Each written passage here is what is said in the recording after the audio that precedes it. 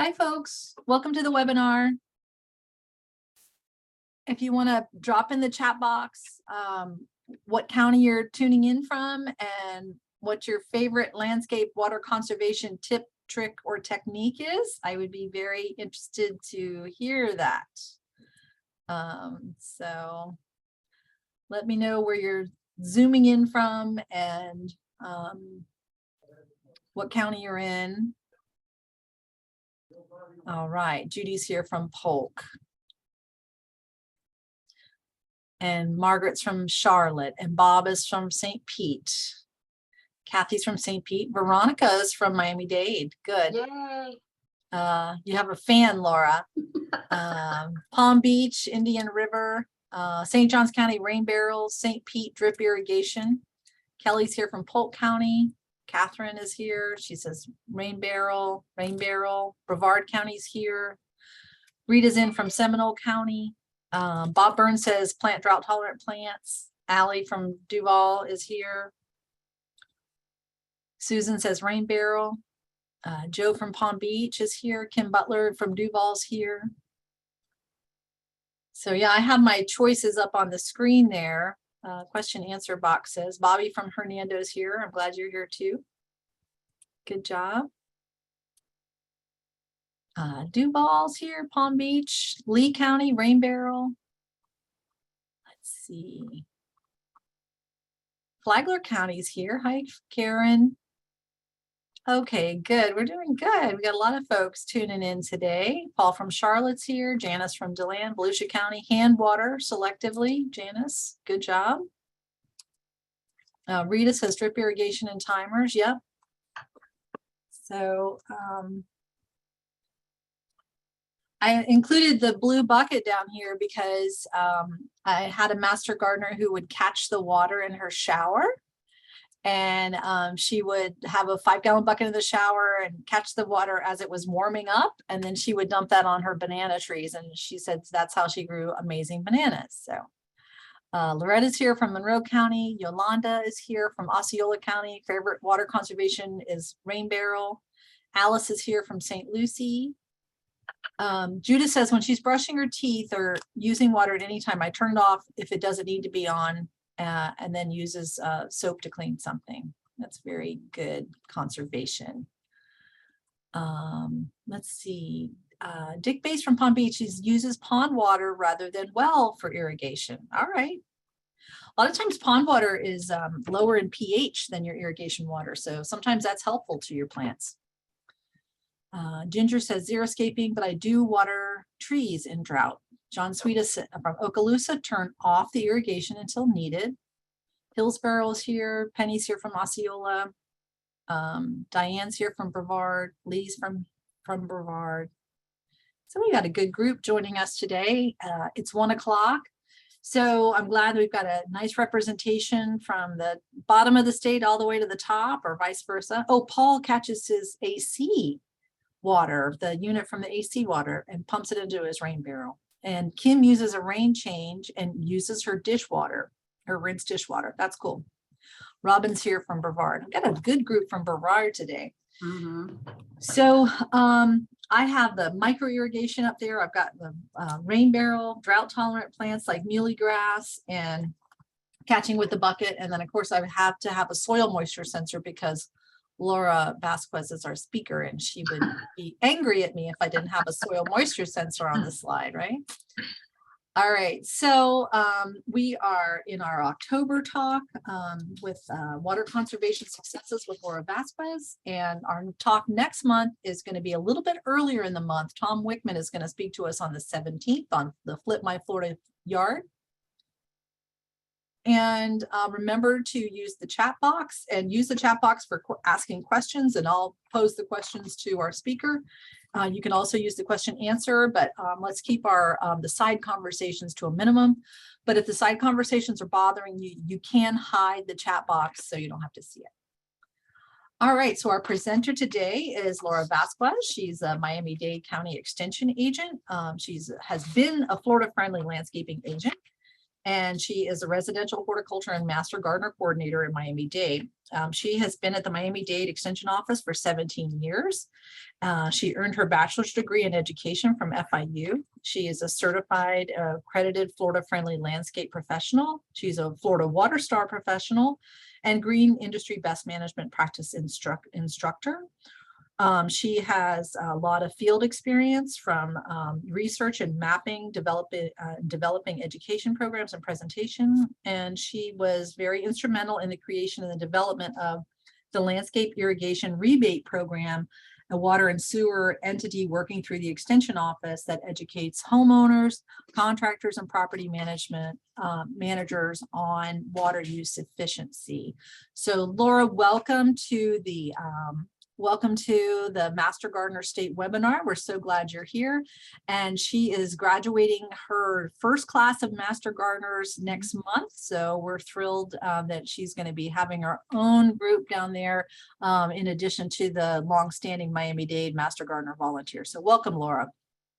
Thank you, Wendy, for that introduction. Yes, I'm super excited. We have a class of 20 Master Gardeners.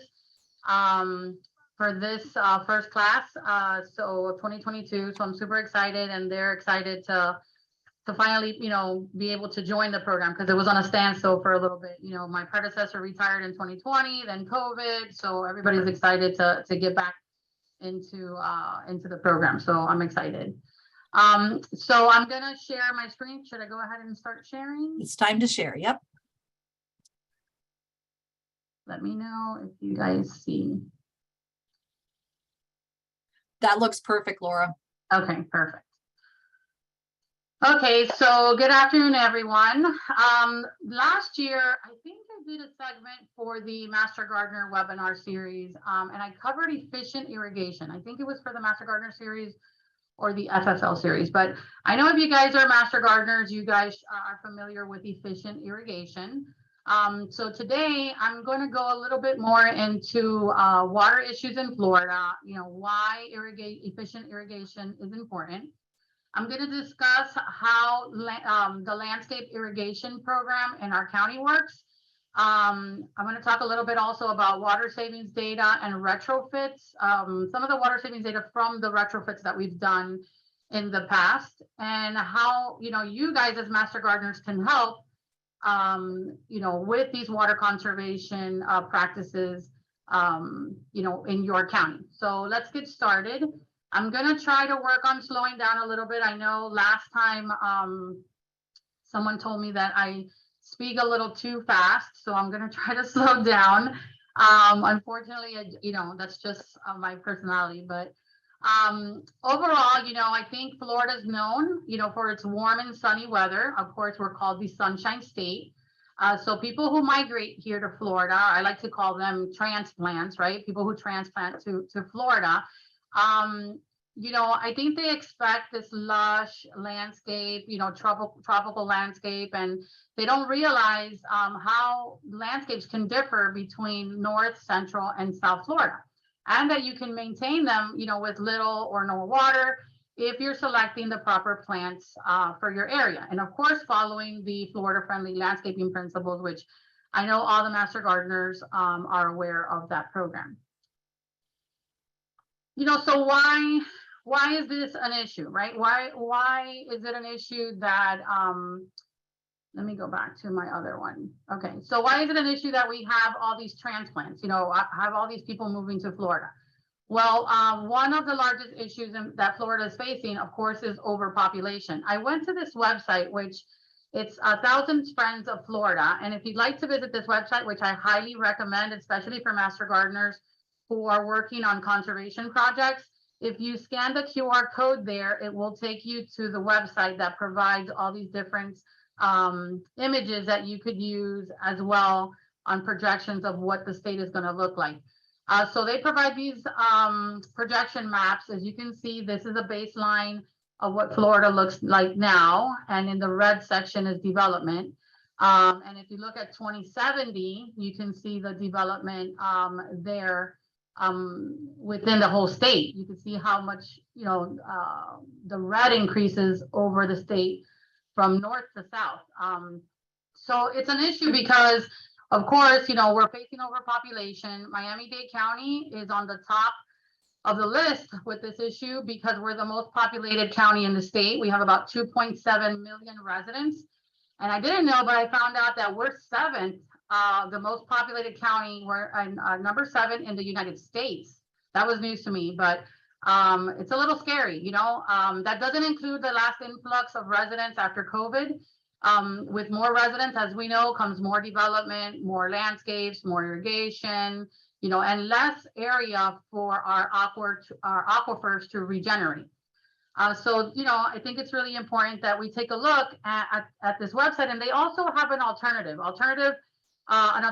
map. If we start conserving, if we start working on these practices, how the map can actually change. So I highly recommend that you visit this website. So let's look at Miami-Dade County. Of course, that's, you know, where we're located. So I just wanted to focus a little bit on Miami-Dade County. Just because, you know, if you look kind of closer here, this here is, can you see my pointer, Wendy, by any chance? If you look here, this here is Everglades National Park. And you can see how close we're starting to develop near Everglades National Park. We're just a few miles away. So anything that's running off, anything we're applying to our landscapes is running off or could possibly run off into the Everglades. I don't know how many of you guys are familiar with Robert is Here. I know that Wendy, I don't know if you remember, Wendy is from Homestead, or originally from Homestead. And Robert is Here. I'm just going to use this as an example. You know, the fruit stand here he opened this fruit stand in 1959. He was 6 years old. And he opened this up to help his father sell produce from the family farm. Now they're specializing a little bit more like in rare and exotic fruits and vegetables. And of course, they have great milkshakes. They're creating milkshakes with all these rare exotic fruits. And they're actually located on the way to Everglades National Park. If you see this road in front of the market, you know, drive down a few miles and then you make a right and you're going down to the Everglades National Park. And, you know, why am I bringing this up? Well, because now, you know, he's been there for many, many years, and this is how bad development's gotten. This is in Florida City, you know, almost to the Keys area, down here in Homestead. And now he's battling development. If you see this lot in front of him, this was a lot where they were farming. And recently, in the last couple of years, he's been fighting with developers who want to build condos and apartment buildings across the street. And I can, you know, I'm sure you guys can guess who's winning that fight. He's tried to get petitions signed, but it's not working. And they are already going to start breaking ground and developing right in front of the fruit stand. So, you know, overdevelopment is becoming a problem. And this is what our county is starting to look like. It's the overdevelopment. There's no area for our aquifer to generate. And I'm sure this is happening throughout the state, not just in Miami-Dade, but, you know, throughout our state. So why is overpopulation an issue for our state? Besides the stress that it causes us and the congestion on the highway, because it is really stressful, it's because of all the water issues that we also have. You know, though Florida has 3 types of aquifers, you know, they vary in combination through the state. The Floridian aquifer system, you know, it underlines most of Florida, right? Or all of Florida underneath. It's the main source of groundwater for much of the state. However, in the extreme western panhandle, and also down in South Florida, you can see like this little purple area. That's actually the Biscayne aquifer. And the Biscayne aquifer, as you can see, it feeds part of Palm Beach County, Broward, Miami-Dade, and it also, we pump water to the Florida Keys. So we're all using this aquifer for our drinking water. So if Miami-Dade is the most populated county, and we're also sharing the water with Broward, Monroe, and Palm Beach, you know, it's a stressor for our aquifer. Also, you know, aside from just the water and the overpopulation, we have other issues. We have climate change, sea level rise, we have issues with drought, we have flooding issues, we have saltwater intrusion. So there's a lot of issues that come with our areas and our water supply. Though, as you can see, our annual rainfall is 50 to 60 inches. As you guys know, we don't have seasons here. We don't have 4 seasons. We actually have 2. We have wet season and dry season. At least in South Florida, we have those 2 seasons. We don't have the 4 seasons. And our, you know, in the Biscayne Aquifer, the lining is very porous and it's limestone. So a lot of the water leaches in, and you don't have a lot of access for retainment. In recent years, down here, and as you can see in the whole state, April has been one of our hottest and driest months in South Florida. In 2020, this is the last one that I had gotten. You know, a little bit further south, we were an abnormally dry conditions and then moderate drought conditions throughout the entire state. So April, we get an influx of calls, people who are worried about their lawn and their plants, and as you guys know, May starts the rainy season. So, you know, it comes down a little bit after that, but, you know, in April, we get many calls.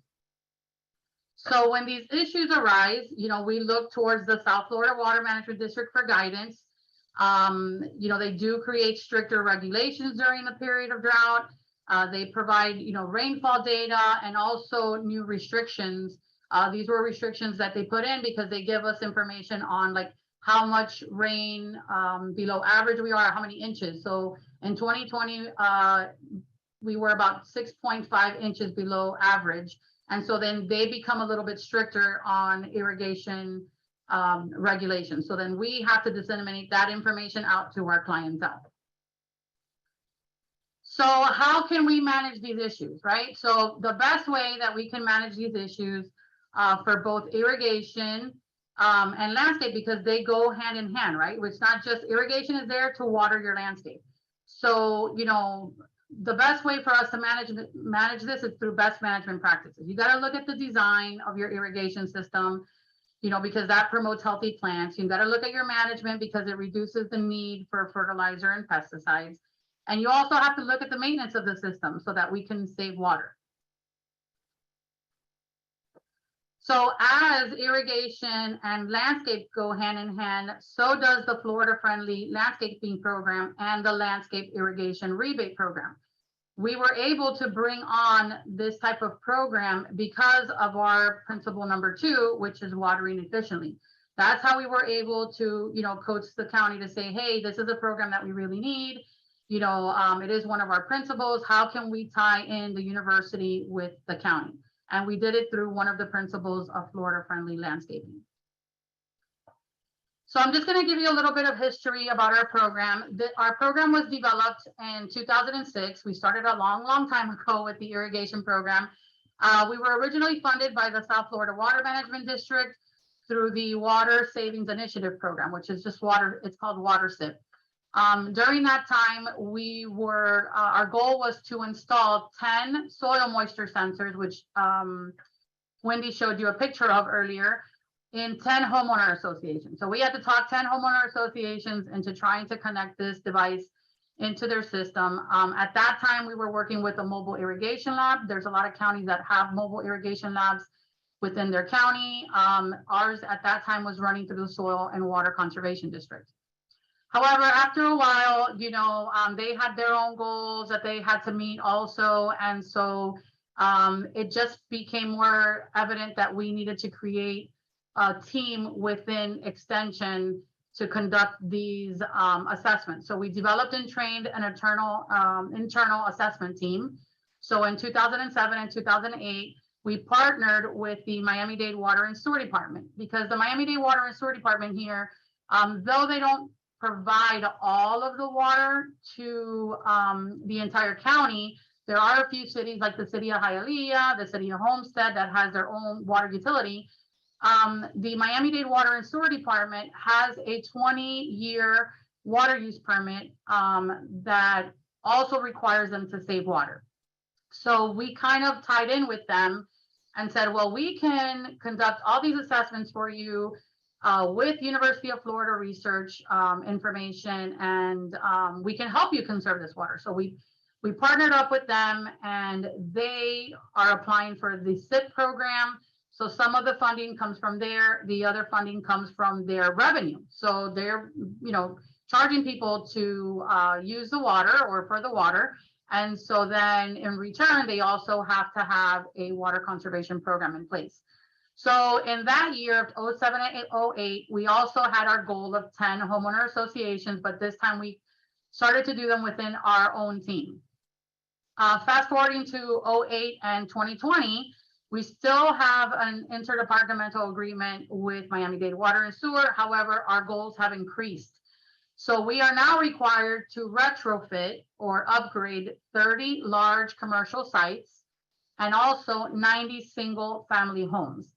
Again, this is with our internal team. So a little bit later, I'll kind of go into what is it that we do at these different sites. Well, here you go. So what do we do when we go out and conduct these assessments? So what does the landscape irrigation program do? Well, we go out there, a homeowner signs up to the program and says, hey, I'd like you to do a free assessment of my property. It is an incentive program. So for homeowners, we give them up to a $500 rebate for any of the items, up to a $500 rebate for some of the items that they complete, for a maximum of 5 years. It's a maximum of 5 fiscal years. So our program opens in October, and then they have to finish the entire process by no later than August of the following year. So once they sign up, we schedule an appointment to go to their property. We review their schedule on the irrigation system. We look at the design. We look for any leaks. We also promote Florida-friendly landscaping. We talk to them about what the principles are. And then we promote other water conservation opportunities that the Miami-Dade Water and Sewer Department has, like their toilet rebate program, their faucet exchange, or their shower head exchange program. We try to make it like a one-stop shop. So we're there to talk about, FFL, the irrigation, and other retrofit programs. We provide them a report. Once we're done looking at the entire system, we provide them a pre-assessment report, and then kind of guide them and say, if you follow or you upgrade these specific items in your irrigation system, you can have a more efficient irrigation system, and we would give you a rebate of this much. Once they complete the retrofits, they hire a contractor. The contractor will come out, do the work. They pay the contractor. They will call us and say, hey, I did all this work. Can you come back out? We go out, we take photos before and after, just in case of auditing purposes. They will submit to us copies of the invoice and also copies of the canceled checks or proof of payment. We then in turn submit that to the Miami-Dade Water and Sewer Department, and then they get a check in the mail. So it sounds like a little bit more of a complicated process, but it's pretty easy. We do the same exact process for large properties, which are homeowner associations. We've done condos. We've also, I think last year we did a Target and like a storage facility. But the large properties get a rebate of about $2,850, which is a big chunk of money for them to upgrade their irrigation systems.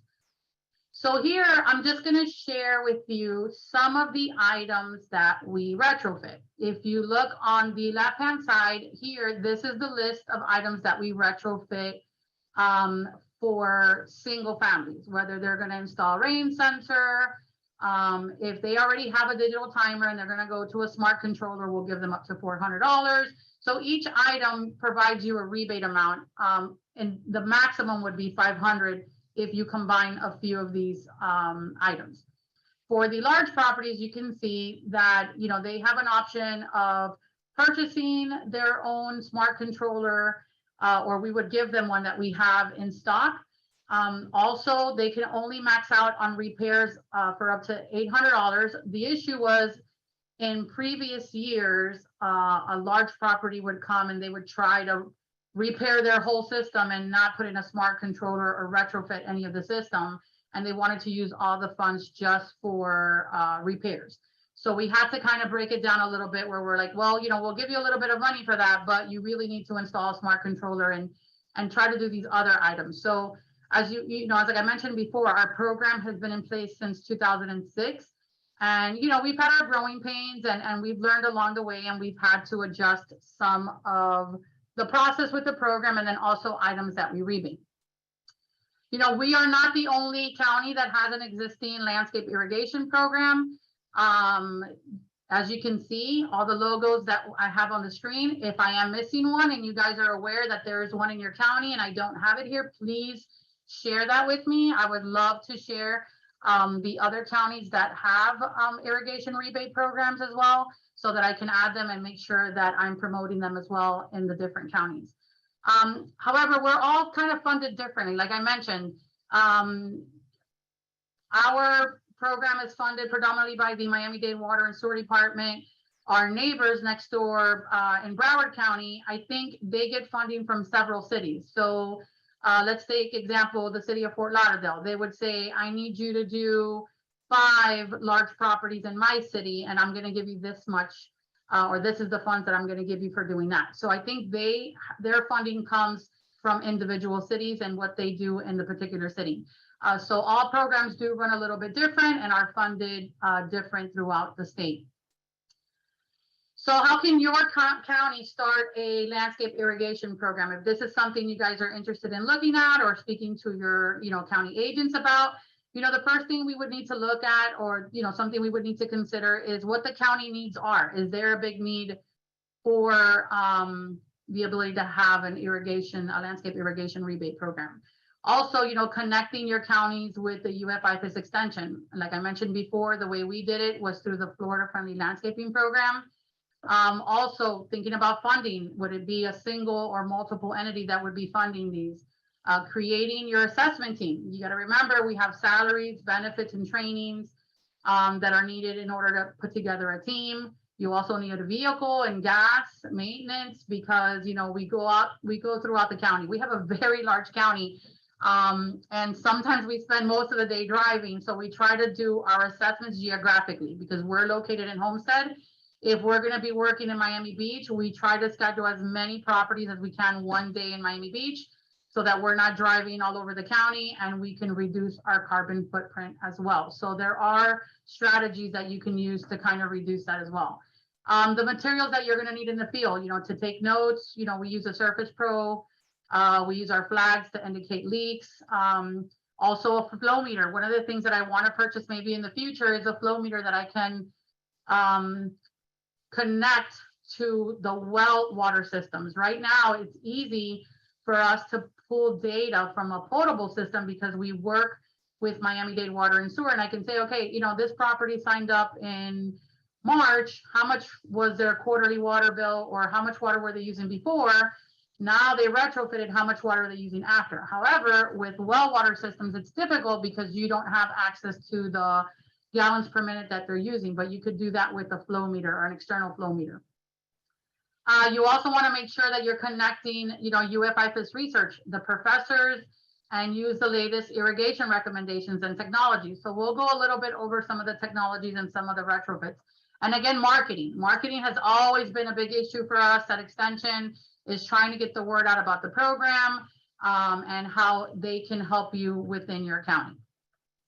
Are we doing good? Am I going too fast? Let me see. Sarasota, not. I think you're doing good. Okay. But let's catch up on some of the questions. This might be a good time. So Carol is wondering, you mentioned something about 70-gallon or larger rain barrels. And she's asking, would that be 255-gallon barrels tied together in a daisy chain, or is that like a bigger cistern? Yeah, that's more like a bigger cistern. The idea to that extent was that when we first created the rebate for irrigation purposes, was that the manager at the Water and Sewer Department didn't want it to be able to be moved. If you're going to use it for irrigation, she wants to be able for you to have it and then tie into your irrigation. So their idea was a 70-gallon or more would give you enough, to really water your plants in, and then not be able to move the rain barrels around. Mm-hmm. We have rebated homeowners for 2 or more, to max it out. So we have worked with homeowners, and we also include the gutter system. So like if they're using a gutter system or they don't have a gutter system and they're trying to install it, we include that. At this point, one of the great things is that we're going to start moving away.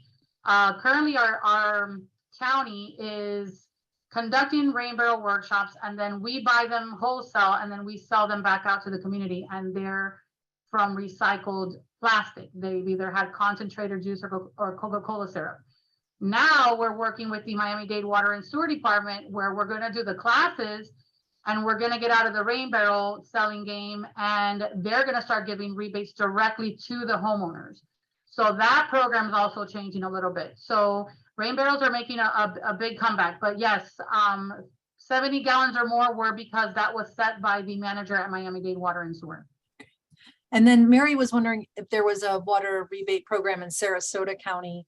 And then Marie said, no, we just do 1 day a week watering. But I believe in Sarasota and Manatee, there are both programs. Yes, I know Manatee. I'm not sure about Sarasota, but I have talked to the Manatee group. Do I not? Let me check if I have do I have their logo on there? Maybe not. Yes, Manatee County. Manatee County has one. But I'm not sure about Sarasota. That's a good question. It's just and so for everyone, if you are interested, ask your residential horticulture agent or your Florida friendly agent and find out, because part of their management of the municipality is to have a conservation program in place. Is that not right, Laura? Yes, I mean, in our county, because they sell water and they get a permit from their district, our program helps them do that, and they don't have to reinvent a program. We have it available. So that's how we were able to partner up. Okay. All right. So you're back off to the races. Okay.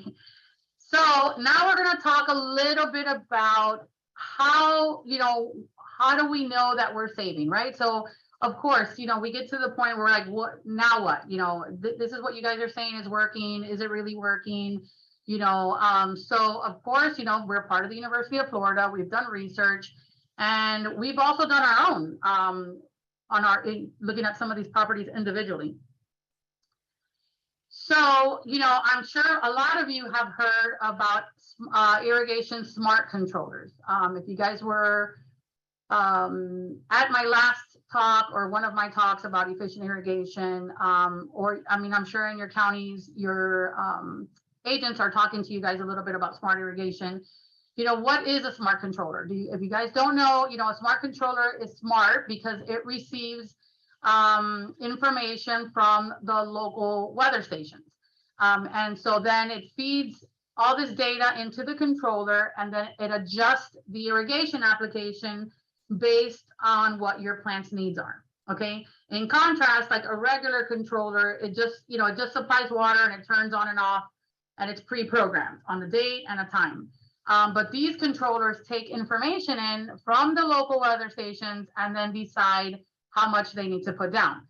Now, IFAS research states, as you guys know, that we only need about ½ an inch of water every time you irrigate.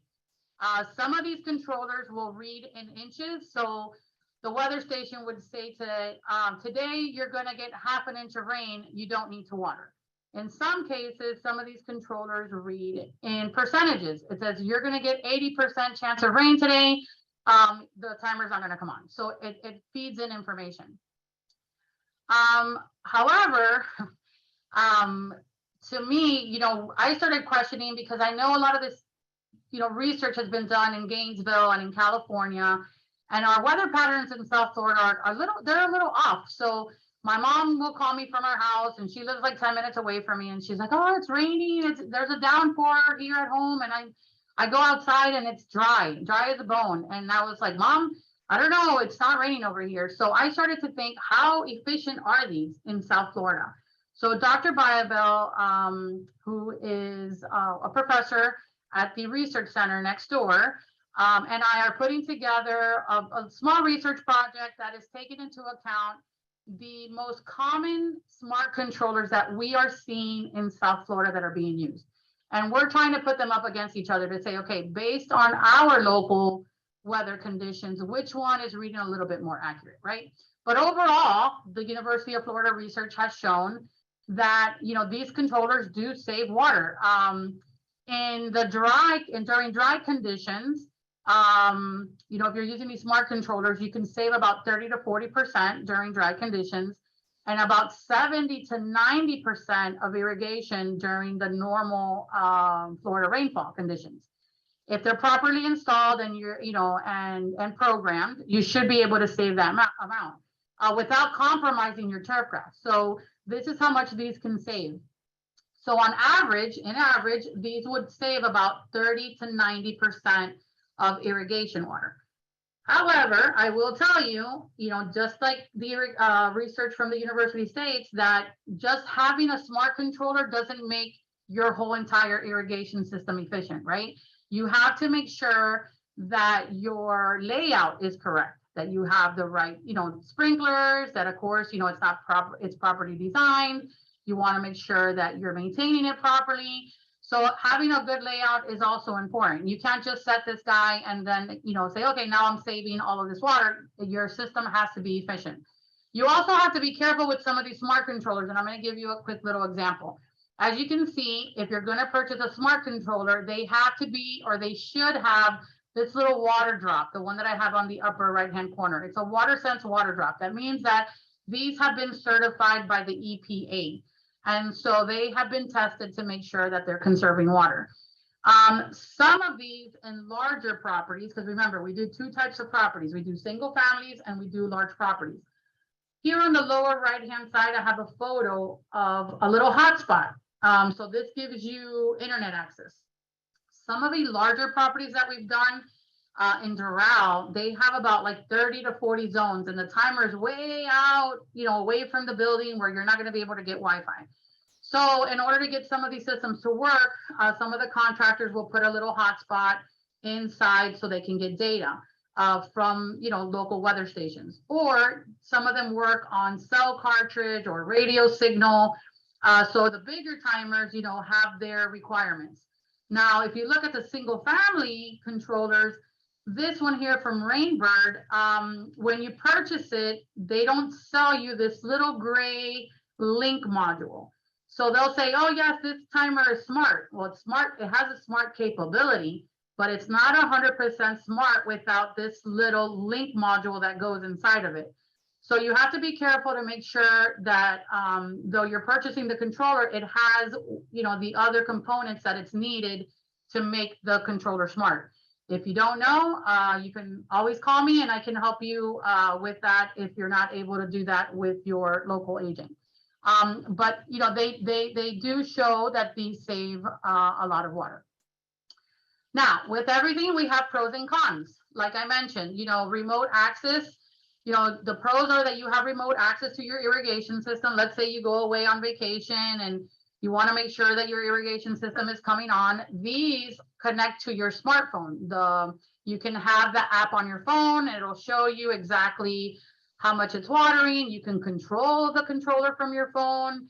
You know, if everybody has smartphones, that's kind of where we're going, right? Applications. If you have a flip phone, let me know, and I would love to buy it off of you. Or one of those big block phones. I think that's where I want to go now sometimes, to get away from all these apps. Also, they reduce runoff and save water. You don't have to worry about the internal battery. It updates from your phone, and some of them keep historical information.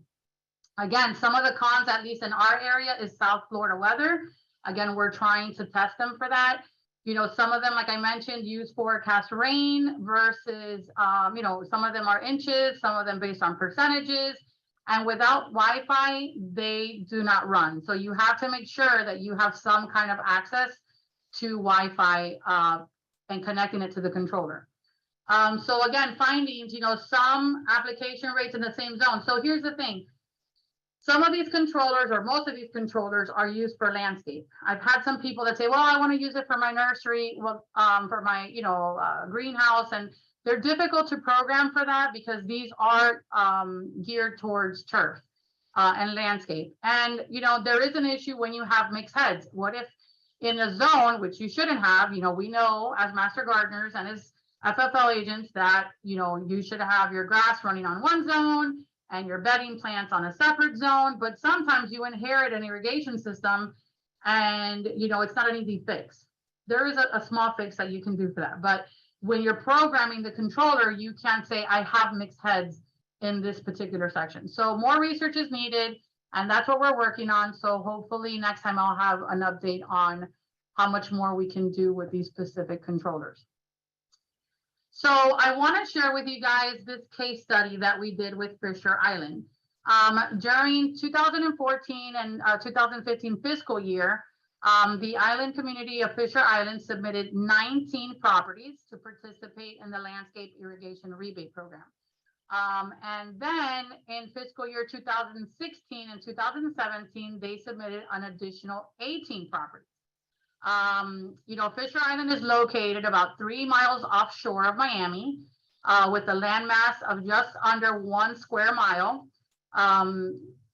It's mostly high-end condominiums and golf course. As you can see, a big part of it is the golf course right in the center. And so this community joined our program, and we did 2 phases. We did phase 1 in 2014-15, and then we did phase 2 in 16-17. And we were able to pull data from before and after they installed the smart controller. So while we conducted the initial site visit in 2014 and in 2016, you know, our team observed a lot of leaks, broken pipes, you know, on all 37 properties. They also had inefficient irrigation schedules. And as you can see, they're right, okay, it's an island. Everything that they're using here is running right off into the bay, which is a big issue. So we were super, super happy to have them join the program, and we were able to help them. So on average, an average reduction in annual outdoor water use. As you can see, I know this looks a little busy, but basically, you know, it suggests that once we pull data from before they did the properties and then after, as you can see, we've saved a total of 11 million gallons annually on this property. Based on the information provided by Miami-Dade Water and Sewer, 11 million gallons of water equates to approximately $39,000. However, you know, you should also note that a few months had some greater consumptions. If you see here on the lower graph, on the lower left-hand side, you can see that April, it spikes up, right? So the green is after the installation of the smart controller, and the blue is before. So even with the smart controller, you see how the smart controller started watering more in April.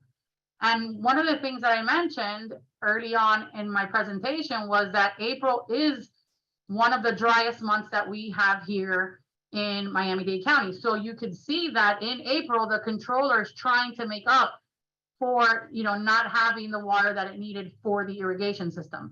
So they are working appropriately, and we were able to pull up this information.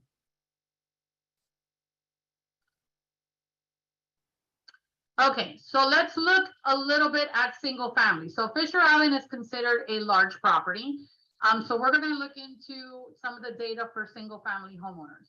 You know, our program, like I mentioned, has gone through several transitions since the beginning. You know, we covered a lot of items that, you know, had not been researched by the University of Florida, but we knew, you know, they saved water. We know if you remove irrigation, it's going to save water. We know if you're going to install drought tolerant plants, it's going to save water. So there were some items that we were doing that, you know, we didn't have any hard evidence or research-based information that, you know, they saved water, but we thought it was important to have people, you know, get compensated for trying to reduce their water consumption. You know, however, you know, now that we began to work a little closer with Dr. Katie Mediacho and Dr. Dukes, you know, over time, we began to structure the program a little bit better. So this graph will show you from 2008 to 2020, and I selected 2008 as the year because remember, in 06 and 07, we were doing only homeowner associations. In 2006, we started retrofitting single family homeowners.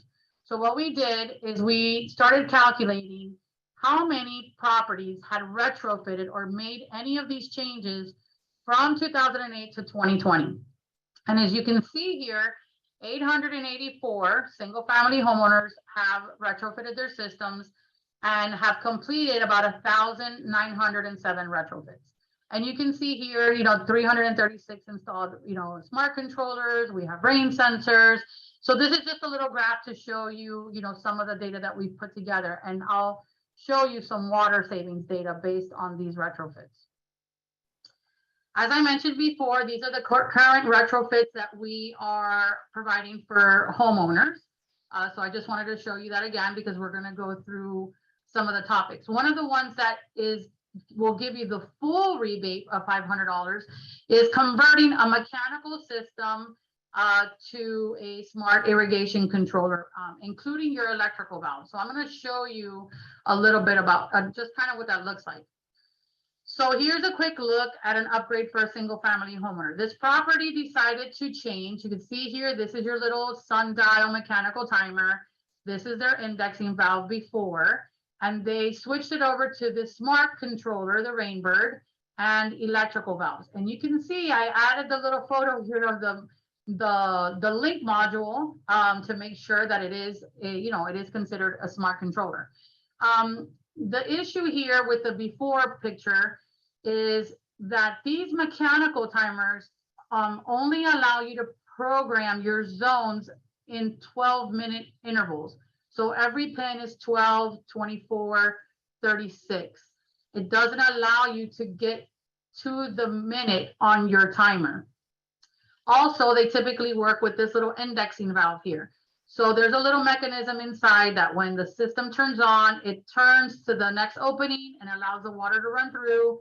It shuts off. When it turns on again, it turns to the next zone. But the problem is that sometimes these get stuck and you don't know exactly what zone is coming on. When you're working with electrical valves, if you look here, they converted to the smart controller now where, let's say you installed new plants in zone 1. And you wanted to provide more water in that zone for a short period of time because you have new plants installed. The smart controllers will allow you to do that. So you can do that based on each zone.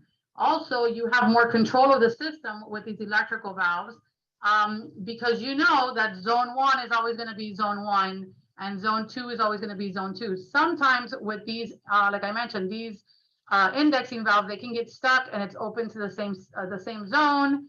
And so it doesn't allow the system to properly make its move over to the next zone appropriately. So here you have a little bit more control.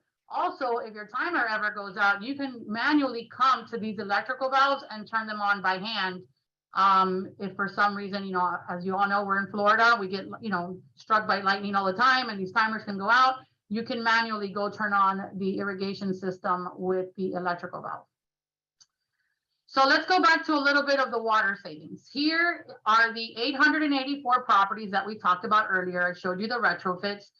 So we decided to look at what Miami-Dade Water and Sewer determines based on what their water savings are. Miami-Dade Water and Sewer says for every property you guys retrofit, we determine that they're saving 233 gallons a day.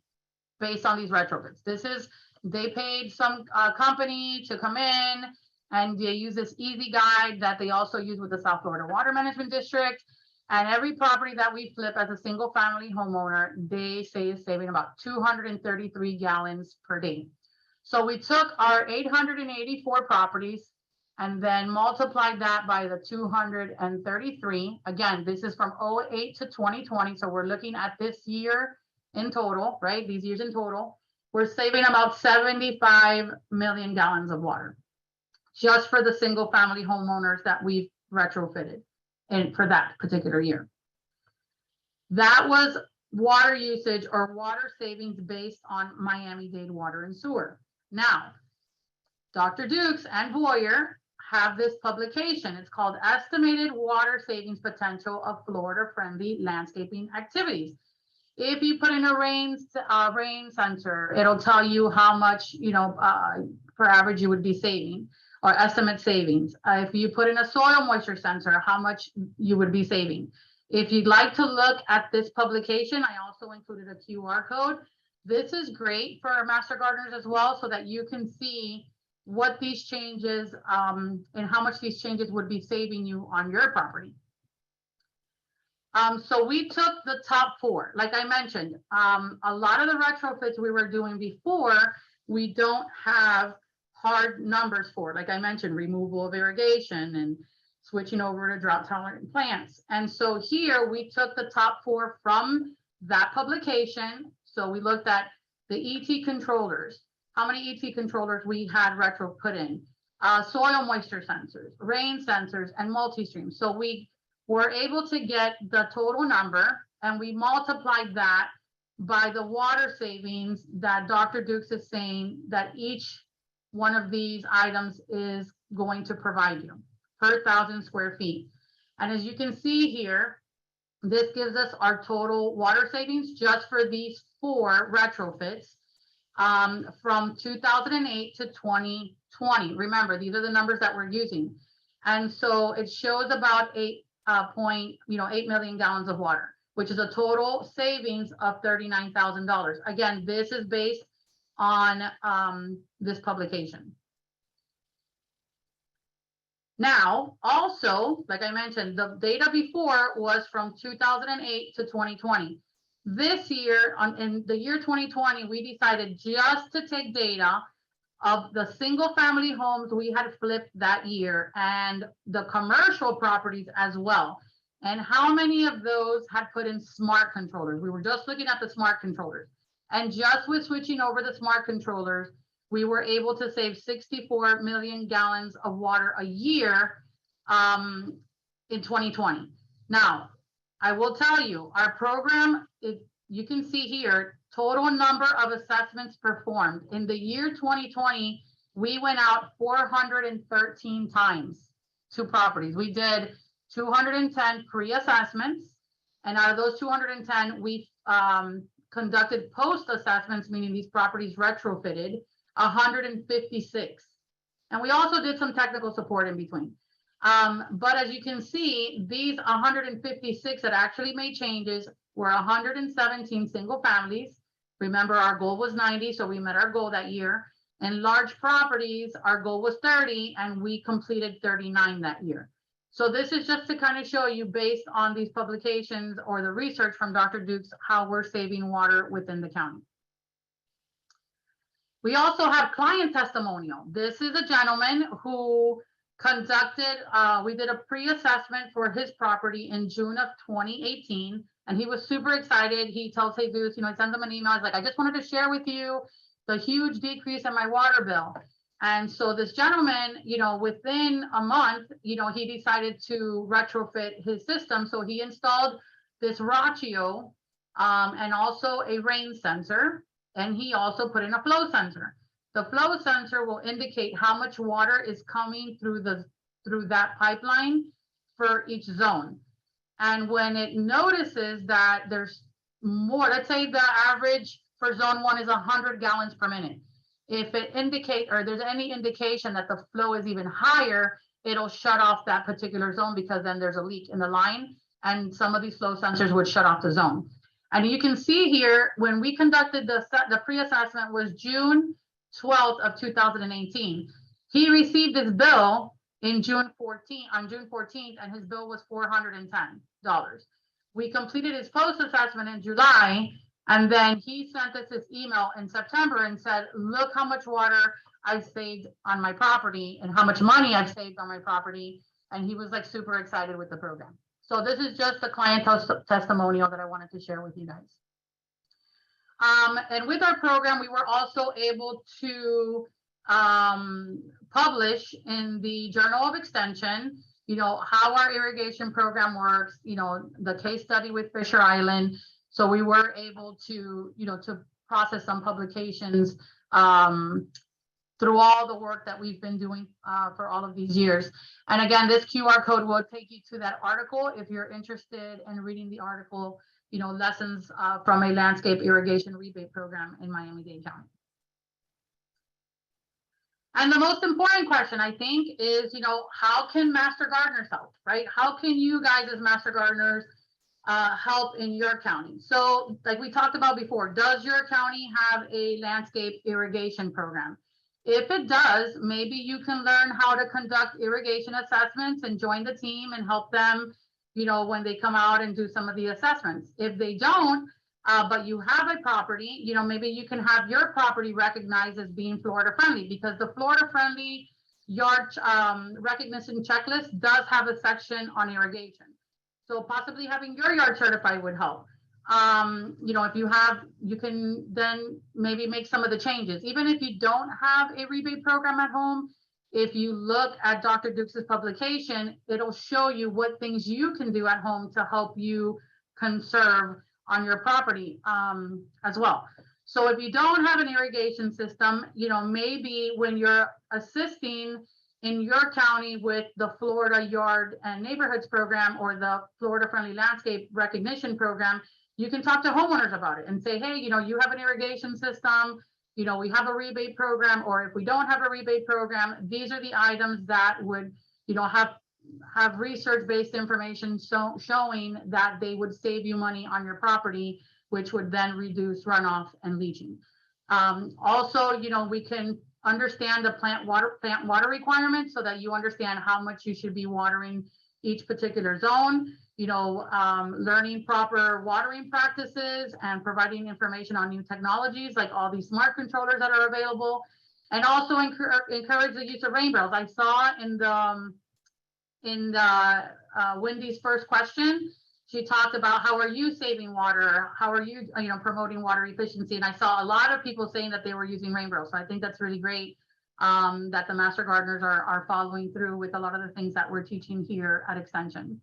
And with that, I don't know how much time I have left. I wanted to share our links. If you guys ever want to follow us on social media, we have a lot of programs and a lot of irrigation information and, you know, composting. We do a lot of the things that other counties are doing, but we would be more than happy to partner up and work together across counties to do programming together if we can do that as well. Great, Laura. Thank you so much. We do have some questions. Okay. Well, Catherine says she uses the Ratio system, and then Barbara says she uses the Ratio controller and it constantly skips, rain skips when scattered rain is forecast, but her location misses the rain and she also misses the irrigation. And I think that's something that you are looking to explore, right? I'm trying to research. Yeah, that was my concern. Is where is she located? I don't know. Barbara, where are you located? Barbara Bogart. We'll see if she chimes in. Yes. I can imagine it's very frustrating. Yeah, yes. That's why you know, it's something that I thought about. I said, you know, my mom calls me all the time and it's like, oh, it's raining over here. And I'm like, what are you talking about? It's super dry. And then I said, you know, they do all these things. Yes. Somebody said, have you done research in highly urban areas like downtown? Not yet. Like I mentioned, right now I'm trying to get these controllers to see the different weather stations. Oh, she's in Palm Beach County. Yeah. Yeah, we have the same weather patterns. That's probably why. So again, like I mentioned, a lot of these controllers have been tested in California.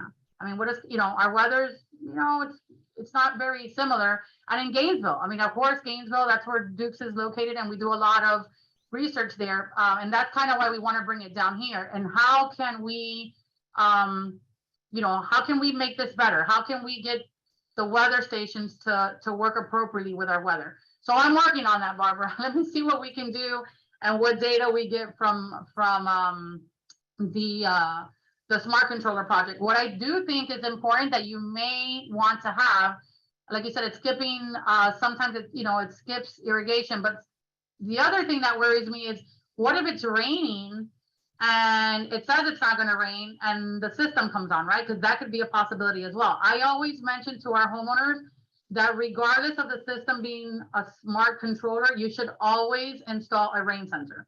A rain sensor, a soil moisture sensor, just in case it does rain, you don't have that extra water. But I know you're having the opposite effect. But like I mentioned, we're working on that.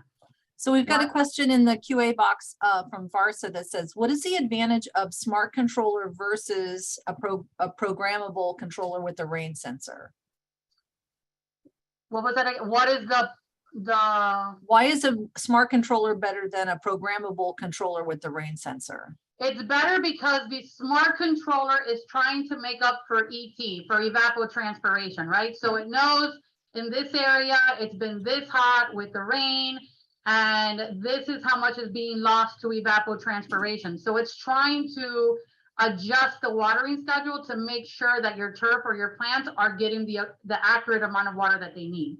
A regular, program, a timer, I mean, it's just, you turn it on at 6 and it goes off at, 7, and then you set it for the time, what time you want to water and how long you want to water it. Whereas the smart controllers adjust the amount of time it's watering based on the weather information. Yeah. And then Kim Butler says St. John's River Water Management District dictates what days we can irrigate. Now, if the soil moisture sensor or the smart controller says that you need to irrigate on a certain day and it's not your day to water, what happens then? So typically what we always recommend the homeowner, and we always schedule the properties on their watering day. We always put them on their watering day. And so then the timer knows that that's when it's supposed to come on, and it adjusts the watering schedule. It doesn't come on and off, throughout the week. You can program it to say, these are the days I want it to come on. It'll receive the data for that day and decide whether it's going to come on or not. Now, I will tell you that Miami-Dade is working on a variance for large properties. I haven't heard yet if they're going to do it for single families, where if you have a smart controller, they may have variance for you to not be on the watering restrictions because the controller's doing the work. And some of these properties have so many zones that they can't water in that one particular day. So they are working on some variances for some of the smart controllers. I think also, if I'm not mistaken, maybe Wendy, you would know more, Alachua County, I think, is working on creating some regulations where new development may have to install smart controllers, whereas in Miami, we're still, developers are still putting in mechanical timers. Right.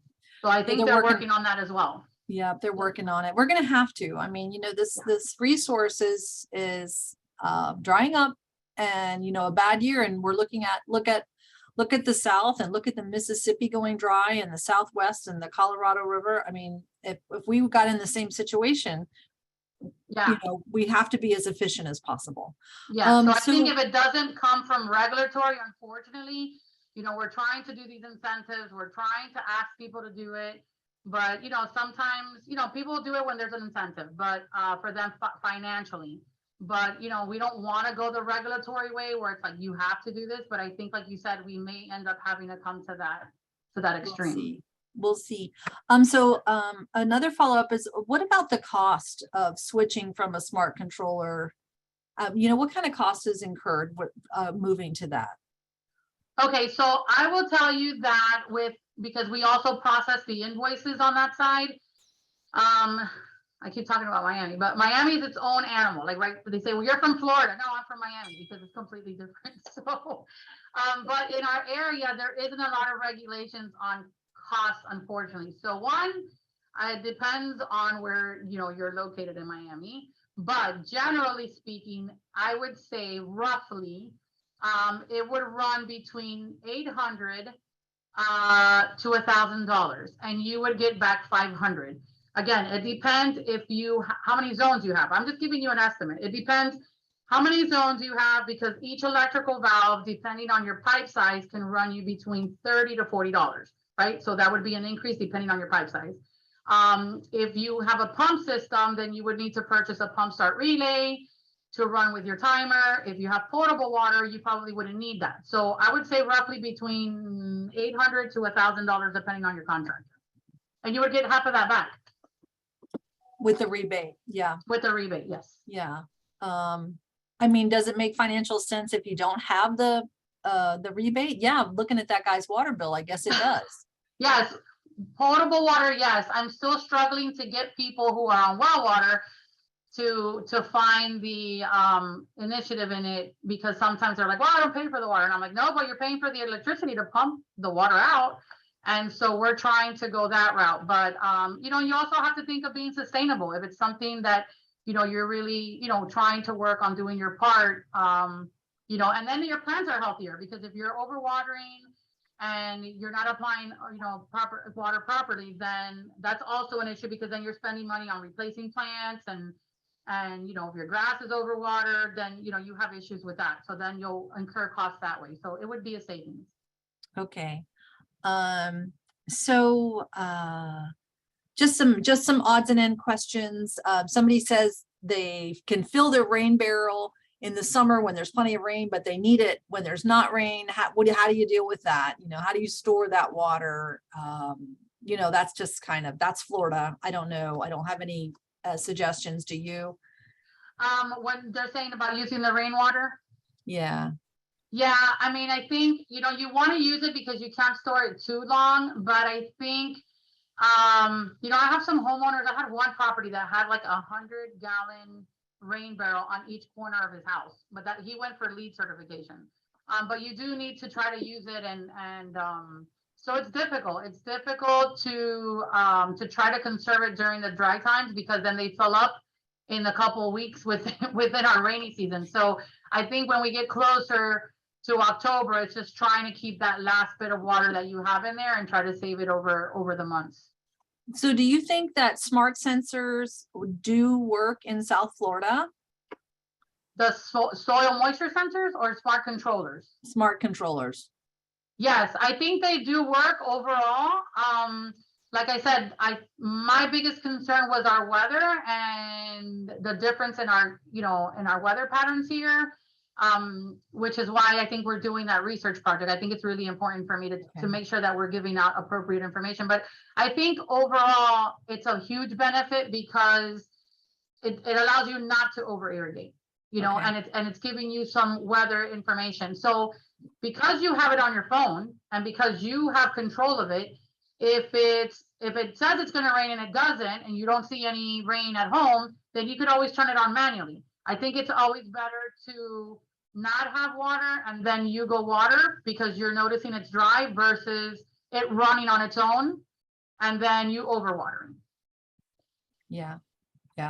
Well, I guess Don Depew is saying, he's kind of dubious of whether the smart controllers are working, and thinks maybe that a moisture sensor, soil moisture sensor would be better. What is your take on that? I would say both. I mean, okay. Again, regardless of having a smart controller, you have to have, by state law, something to interrupt the irrigation system, right? You have to have a device that interrupts the irrigation system.